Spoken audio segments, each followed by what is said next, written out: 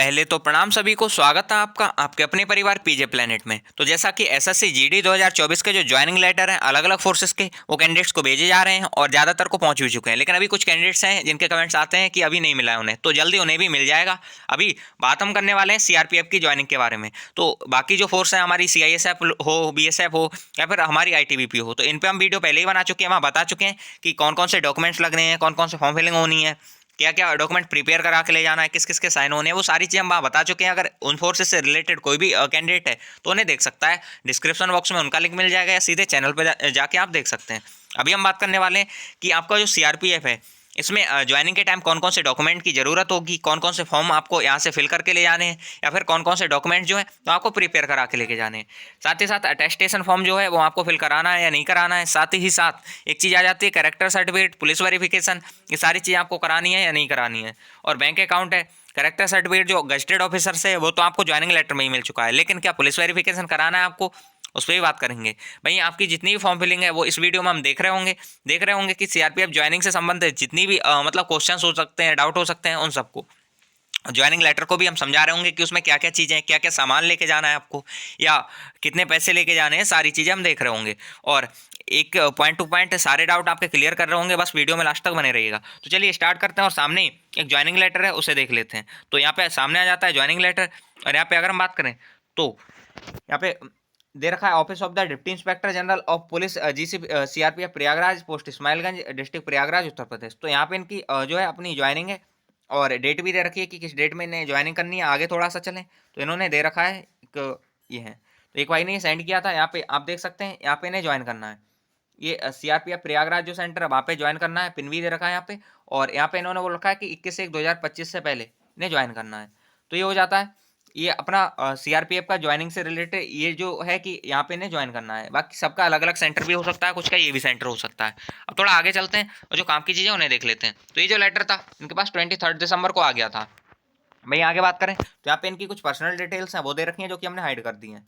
थोड़ा आगे चलें तो यहाँ पे इन्होंने सब्जेक्ट भी डाल रखा है कि किस विषय में ये आपको भेजा गया है। तो यहाँ पे कि जो appointment for the post of constable GD means constable GD के लिए अपॉइंटमेंट के लिए ऑफर लेटर है।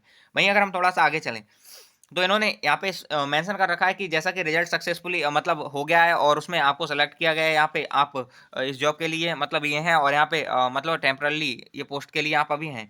तो ये सारी चीज़ें यहाँ पे दे रखी हैं। अब यहाँ पे कुछ इन्होंने सैलरी क्राइटेरिया भी दे रखा है कि 7th सीपीसी की तरह मतलब तहत पे मैट्रिक थर्ड में आपको इतनी सैलरी जो है वो मतलब प्रदान की जाएगी, ऐसे करके चीज़ें दे रखी हैं। लेकिन जो मेन चीज़ आती है इसमें अलाउंस और ये सारी चीज़ें भी ऐड होंगी। वहीं अगर हम बात करें तो नेक्स्ट जो इंपॉर्टेंट चीज़ आती है वो पॉइंट नंबर 3 से आती है, जो आपके जो टर्म्स एंड कंडीशंस हैं, अपॉइंटमेंट के कुछ इंस्ट्रक्शंस हैं, उन पर बात करें तो यहाँ पे इन्होंने दे रखा है the post is a combatised and purely temporary but likely to continue on appointment to the said post. You will be on probation for a period of 2 years. On successfully completion of the period probation, you will be considered for confirmation. Your service are liable to be terminated at any time by the appointing authority without assigning any reason on 1 month's notice during the initial period of 2 years in accordance with the General Civil Services Temporary Service rules 1965। कहने का मतलब ये है कि आप जो है अभी टेम्पररीली इनके साथ ज्वाइन हो सके मतलब हो गए हैं, और 2 साल के पीरियड के बाद वो प्रोबेशन पीरियड रहता है, उसके बाद आप जो होंगे वो परमानेंट हो जाएंगे। लेकिन इस पीरियड में अगर आप कोई गलती करते हैं या फिर कह सकते हो आपके कोई गलत गतिविधि देखी जाती है तो अथॉरिटी आपको जो ज्वाइनिंग अथॉरिटी होगी, अपॉइंटिंग अथॉरिटी है, वो कभी भी आपको वहाँ से टर्मिनेट कर सकती है 1 महीने पहले आपको ऑर्डर देके। तो ये सारी चीज़ें। अब अगर हम बात करें तो यहाँ पे एक चीज़ और दे रखी है कि the appointment carries with the liability to serve anywhere in India और आउटसाइड ऑफ इंडिया। मतलब ये है कि आप इंडिया में जॉब कर सकते हैं, लेकिन अगर इमरजेंसी आती है या जरूरत पड़ती है तो आपको इंडिया से बाहर भी जॉब करने जाना होगा। अब नेक्स्ट आता है कि यहाँ पे ये जो है ये इतना इंपॉर्टेंट नहीं है। नेक्स्ट पॉइंट है you will be required to undergo basic training at any of training institutions of CRPF. If you are not able to undergo complete the training successfully, your service is liable to terminate it. Means ये है कि आपको जो है CRPF के किसी भी centre पे आपको ट्रेनिंग दी जाएगी और वो आपको पूरी करनी होगी। अगर किसी भी स्थिति में आप ट्रेनिंग नहीं करते हैं तो आपकी जो मतलब सर्विस है वो टर्मिनेट कर दी जाएगी।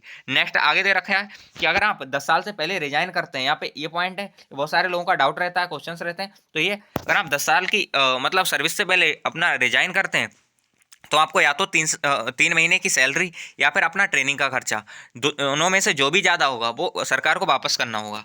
ये है अगर 10 साल से पहले अपना रिजाइन देते हैं तो, अगर इसके बाद देते हैं तो कोई दिक्कत नहीं है। नेक्स्ट अगर हम बात करें, on joining the post offered you must meet the eligibility conditions and be suitable for the post. Means ये है कि जिस पोस्ट में आप ज्वाइन कर रहे हैं इसके लिए आपके पास एलिजिबिलिटी होनी चाहिए प्रॉपर, आपने जो डॉक्यूमेंट लगाए थे वो होने चाहिए डीबी के टाइम पे, या अभी भी आपको दिखाने पड़ेंगे वो सारे डॉक्यूमेंट जो डीबी के टाइम पे थे, और उसके लिए आप सुटेबल होने चाहिए। नेक्स्ट आता है, the CRPF has not liability in case of any injury incident accident occur during the transit journey period of joining the force. Means ये है कि आप सीआरपीएफ सेंटर के बाहर से, मतलब बाहर तक जब तक रहते हैं इनकी कोई जिम्मेदारी नहीं होगी। मीन्स अपने यहाँ से आप जा रहे हैं जर्नी टाइम में या किसी भी टाइम में कोई एक्सीडेंट होता है, इंसिडेंट होता है, तो उसके जिम्मेदार सीआरपीएफ नहीं होगी, ये इन्होंने बोल रखा है। अब आगे है, यहाँ पे कुछ चीज़ें हैं कि authenticity of educational DOB caste certificate domicile certificate produced by you shall be verified from the concern issuing authority in case of any discrepancy found or malpractice noticed at any stage your service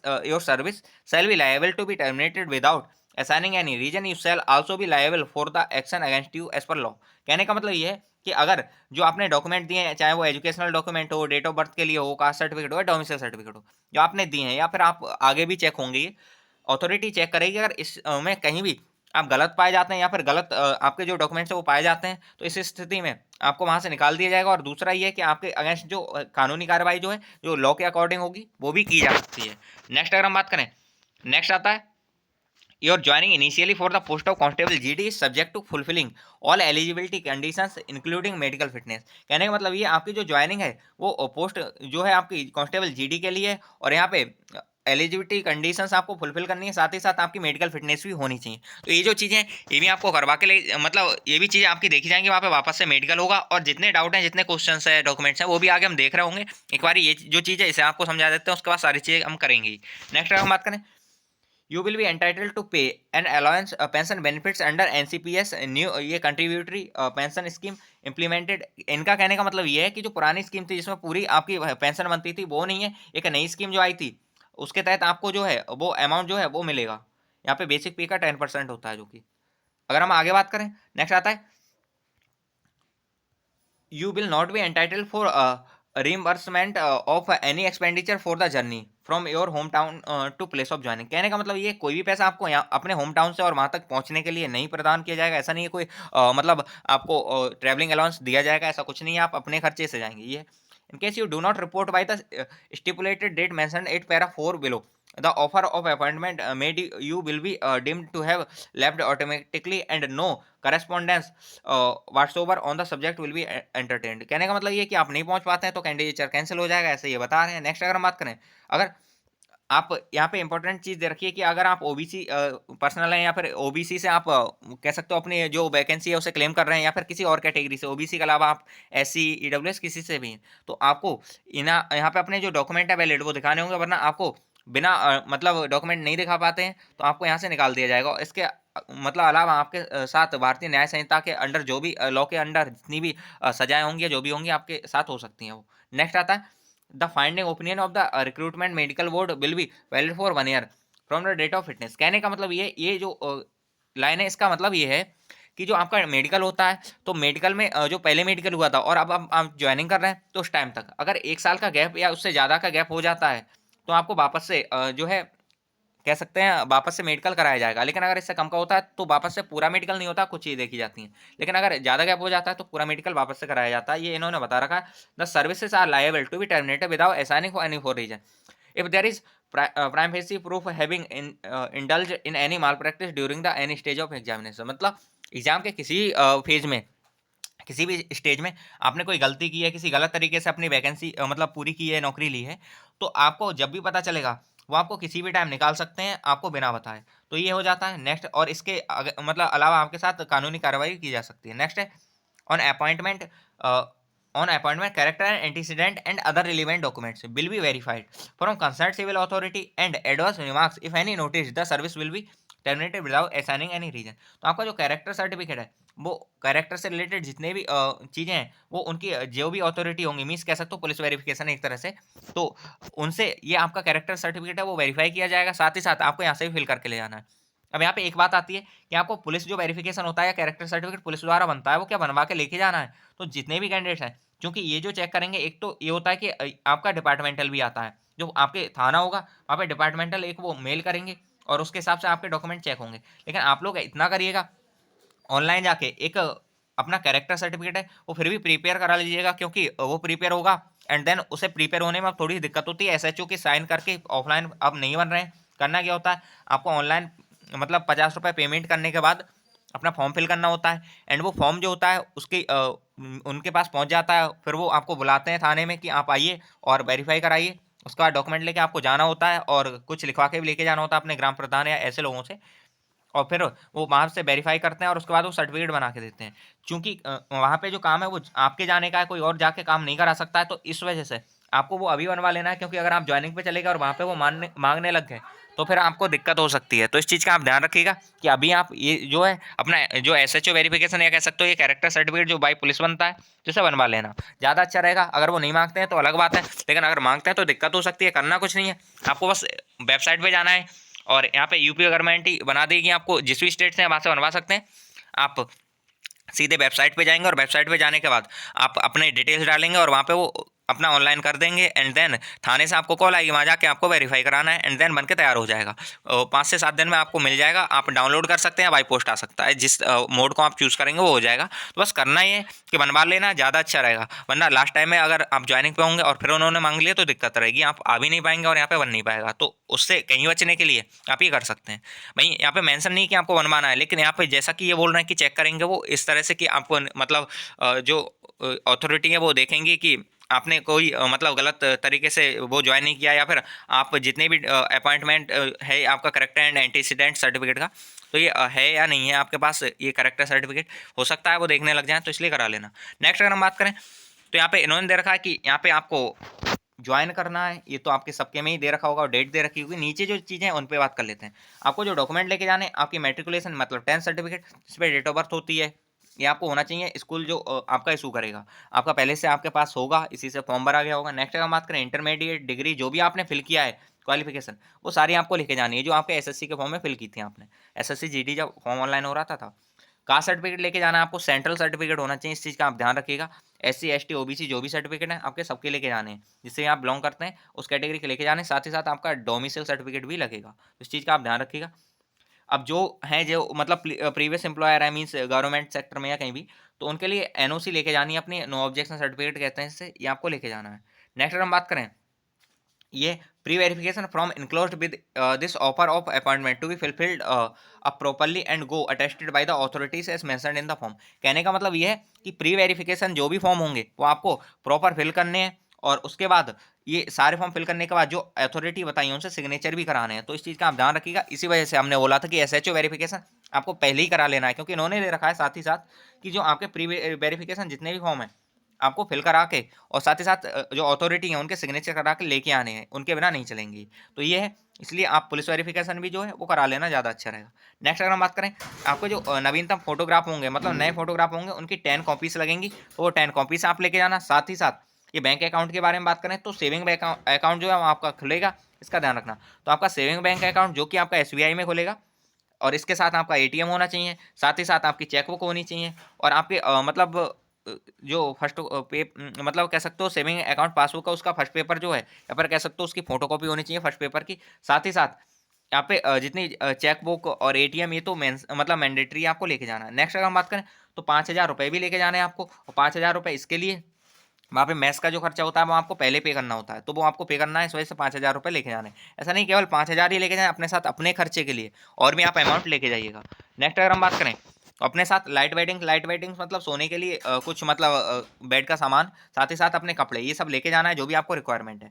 अब एक चीज़ आ जाती है important, pan card. ये पहले नहीं मांगा था जब आपकी ज्वाइनिंग थी, लेकिन अब आपको लेके जाना है। नेक्स्ट आधार कार्ड, ये तो पहले भी मांगा गया था जब आपका डीबी हुआ था, लेकिन पैन कार्ड नहीं मांगा था। तो जिन भी कैंडिडेट का अभी 21 तारीख की इसकी ज्वाइनिंग है, अभी जिनका भी नहीं हुआ है, तो सारे लोग ऐसा करें अपना स्टार्ट करा दें जो पैन कार्ड है और ये सब बनवाना, अगर बना हुआ नहीं है तो अब अभी से बनवा लेंगे तो 1 डेढ़ हफ्ते में आ जाएगा। नेक्स्ट हम बात करें detailed particulars of next kin with proof of age date of birth for filling various nomination forms documents are required. कहने का मतलब ये है कि जो नॉमिनेशन फॉर्म है नॉमिनीज फिल किए जाएंगे तो उनके भी कुछ के डॉक्यूमेंट्स लगेंगे एज और डेट प्रूफ दिखाने के लिए, तो वो भी आपको ले जाने हैं जो भी आप नॉमिनी बनाना चाहते हो उन्हें। नेक्स्ट अगर हम बात करते हैं, उन्हें नहीं ले जाना मीन्स उनके डॉक्यूमेंट एक दो ले जाना। नेक्स्ट अगर हम बात करें AWS सर्टिफिकेट जो है आपने एग्जाम के दौरान अगर अप्लाई किया था तो ये जो है वो आपके पास होना चाहिए। तो ये जो सर्टिफिकेट है कुछ आपको लेके जाने हैं। और यहाँ पे ये आपका ज्वाइनिंग लेटर खत्म हो जाता है, यहाँ पे आप देख सकते हैं ये प्रेसिडाइजिंग जो ऑफिसर्स हैं, ये तो प्रिसाइडिंग ऑफिसर्स ने अपने सिग्नेचर कर रखे हैं और सारी चीज़ यहाँ पे दे रखी है कमांडेंट सर की। अब थोड़ा आगे चलते हैं, और जो वहाँ पे कैरेक्टर सर्टिफिकेट की बात हुई थी, यहाँ पे character of certificate of character, ये आपको कैसे फिल कराना है, अपेंडिक्स ए जो है या एनेक्सर ए कह सकते हो। अब इस पर भी बात कर लेते हैं। वैसे हम बता चुके हैं मल्टीपल वीडियोस में, ये जो है हर फोर्स के कैंडिडेट्स को कराना है, चाहे वो ITBP से हैं, BSF से हैं, CRPF से हैं, CISF से हैं, SSB से हैं या असम राइफल से हैं, SSF से, सबको कराना है, ये कराना पड़ेगा। अब यहाँ पे करना कैसे ही है, तो यहाँ पे आपको गजेटेड ऑफिसर्स के सिग्नेचर कराने हैं, कहाँ कहाँ कराने हैं उस पर ही बात करते हैं। एक तो गजेटेड ऑफिसर के यहाँ पे सिग्नेचर होने हैं, वहीं गजेटेड ऑफिसर के सिग्नेचर यहाँ पे होने हैं, लेकिन यहाँ पे आपके केवल DM और SDM, सब डिविजनल मजिस्ट्रेट और डिविजनल डिस्ट्रिक्ट मजिस्ट्रेट ये चलेंगे, इसके अलावा कोई नहीं चलेंगे।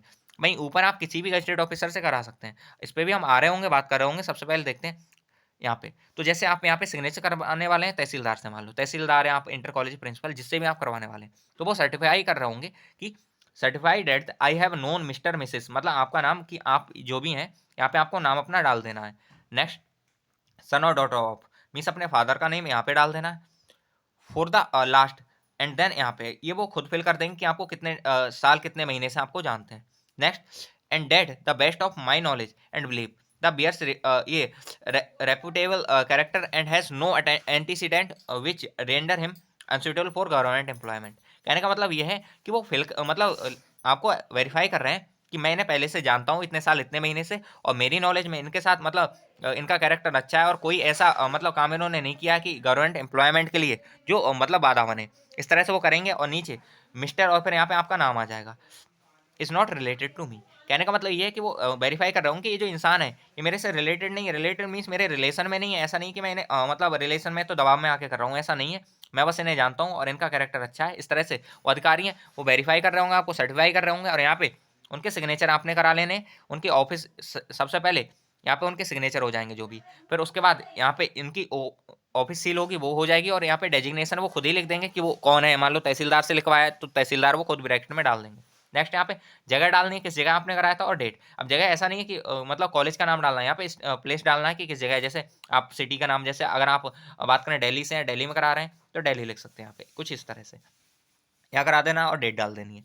नेक्स्ट अब जो ऊपर अधिकारी ने सेटिस्फाई मतलब वेरीफाई किया था, तो अब इसे वो नीचे के जो अधिकारी हैं DM SDM वो इसे मतलब कह सकते हो सर्टिफाई कर रहे होंगे कि मैं जो ऊपर अधिकारी ने बोला है या जो समझाया है उससे मैं सेटिस्फाई हूँ, और यहाँ पे जो कैंडिडेट है उनका कैरेक्टर अच्छा है, इस तरह से वो बता रहे होंगे। और यहाँ पे DM या SDM, DM के साइन कराना थोड़ा सा मुश्किल हो जाएगा, उनका आपको अपॉइंटमेंट लेना पड़ेगा, लेकिन SDM सर से ऐसे ही आप सर या मैम जो भी हैं उनसे ऐसे ही सिग्नेचर करा सकते हैं। तो यहाँ पे सिग्नेचर करा के उनकी ऑफिस सील लगवा लेना, बस खत्म हो जाएगा। यहाँ पे आपको प्लेस अपना डालना है और डेट डालनी है। तो बस ऐसा नहीं करना कि ऊपर SDM से करा लें, अगर ऊपर SDM से करा लिए तो नीचे फिर DM के कराने पड़ेंगे आपको। तो इस वजह से ऊपर आप तहसीलदार या किसी और अधिकारी से करा सकते हैं, लेकिन यहाँ पे नीचे DM और SDM के सिग्नेचर चलेंगे। बस ये जो डॉक्यूमेंट है आपको पूरे कराने, इतने से ही आपका काम हो जाएगा। तो बस ये था जो डॉक्यूमेंट्स थे CRPF में, जो आपको डॉक्यूमेंट्स लगाने हैं, जो जैसे जैसे डॉक्यूमेंट हैं तो वो आप यहाँ से कर सकते हैं। तो CRPF की ज्वाइनिंग के टाइम जितने डॉक्यूमेंट्स फॉर्म जो भी फिलिंग होगी हम आपको बता चुके हैं। कैरेक्टर सर्टिफिकेट कैसे फिल करना है, बैंक अकाउंट, जितने भी फॉर्म फिलिंग है हम बता चुके हैं आपको। और ज्वाइनिंग संबंधित होप्स आपके जितने भी डाउट हैं वो क्लियर हो गए होंगे। ये वीडियो थोड़ी सी लेट है, जो कैंडिडेट से हमने मांगे थे डॉक्यूमेंट्स उनने इवन पहले दे दिए थे, लेकिन थोड़ा सा लेट हो गया इसमें कुछ चीज़ों के चलते। होप्स में आपको सारी चीज़ समझ आई होंगी। अगर कोई भी डाउट है, कोई भी क्वेश्चन है, क्वेरी है, तो आप कमेंट बॉक्स में बता दीजिएगा। अपना टेलीग्राम चैनल है उससे ज्वाइन कर लीजिएगा, तो वहाँ देख सकते हैं आप। तो बस इस वीडियो में इतना ही, होप्स में आप समझ पाए होंगे सारी चीज़। और आपको कुछ भी डाउट है तो हमने बता ही दिया है कि आप कमेंट बॉक्स में बता सकते हैं। और वीडियो आपको पसंद आई है, कोई भी चीज़ समझ आई है, बहुत मतलब थोड़ी भी हेल्पफुल लगी है, तो आप वीडियो को लाइक कर सकते हैं, चैनल को सब्सक्राइब कर सकते हैं। बाकी मिलते हैं नेक्स्ट वीडियो में, तब तक के लिए बाय बाय, जय हिंद, जय भारत।